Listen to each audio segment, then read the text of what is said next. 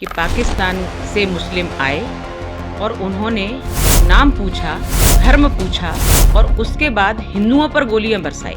तो ऑपरेशन सिंदूर हिंदुत्व का प्रतीक है। जिन लोगों ने हत्याएं की हैं उनको भारत नहीं छोड़ेगा, उस देश को भारत नहीं छोड़ेगा जहां से ये पनपते हैं, जहां से ये पलते हैं। पाकिस्तान में सभी आतंकी है, चाहे उनकी सेना हो, चाहे उनके मुख्यमंत्री हो, चाहे उनके प्रधानमंत्री हो, चाहे कोई भी हो, लेकिन सभी आतंकवादी हैं। महबूबा मुफ्ती हैं और उमर अब्दुल्ला है। कभी भी ये कश्मीर में अमन चैन नहीं चाहते, कभी भी शांति नहीं चाहते। इनके ही द्वारा ये सब रचित षड्यंत्र हैं। इन लोगों के रहते हुए कश्मीर में कभी शांति स्थापित नहीं हो सकती, कश्मीर में कभी शांति स्थापित नहीं हो सकती। सीधी सी बात है कि पाकिस्तान के से मुस्लिम आए और उन्होंने नाम पूछा, धर्म पूछा और उसके बाद हिंदुओं पर गोलियां बरसाई, हिंदुओं को मारा।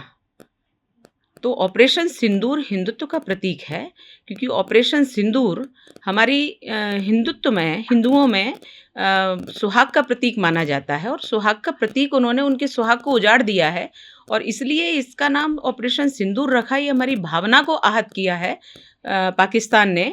और मुसलमानों ने जिस प्रकार से हिंदुओं को मारा है, ये वह घटना है, ये बहुत ही बीभत्स घटना है, इसने हृदय विदारक घटना है। जिन लोगों ने हत्याएं की हैं उनको भारत नहीं छोड़ेगा, उस देश को भारत नहीं छोड़ेगा जहां से ये पनपते हैं, जहां से ये पलते हैं।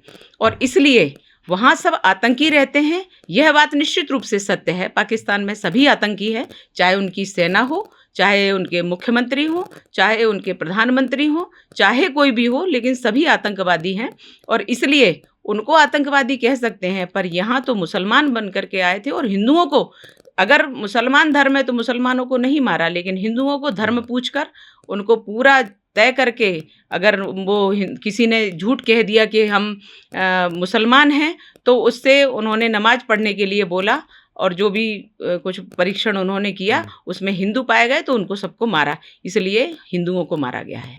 ये हैं महबूबा मुफ्ती हैं, ये इस प्रकार के, और उमर अब्दुल्ला है, ये उस प्रकार के लोग हैं कश्मीर में रहने वाले कि ये कभी नहीं चाहते कि कश्मीर से 370 हटे। ये इन्होंने कहा था महबूबा ने कि यदि यहाँ से 370 हटती है तो खून की नदियाँ बह जाएंगी। इसका अर्थ सीधा सा है कि ये कभी नहीं चाहते थे कि कश्मीर से 370-35A हटे, लेकिन भाजपा के निष्ठावान संकल्प के द्वारा यह हटाया गया है। और कभी भी ये कश्मीर में अमन चैन नहीं चाहते, कभी भी शांति नहीं चाहते। इनके ही द्वारा ये सब रचित षड्यंत्र हैं और इसलिए वहाँ कश्मीर में कभी शांति स्थापित नहीं हो सकती इन लोगों के रहते हुए, क्योंकि कांग्रेस का तो मुद्दा ही यह है कि किसी प्रकार से क्लेश करें, किसी प्रकार से विघटनकारी शक्तियों को, आतंकवादियों को यहाँ पर प्रश्रय दें और कैसे भी करके इस देश का फिर से एक बंटवारा हो जाए, 2 बंटवारे हो जाएं।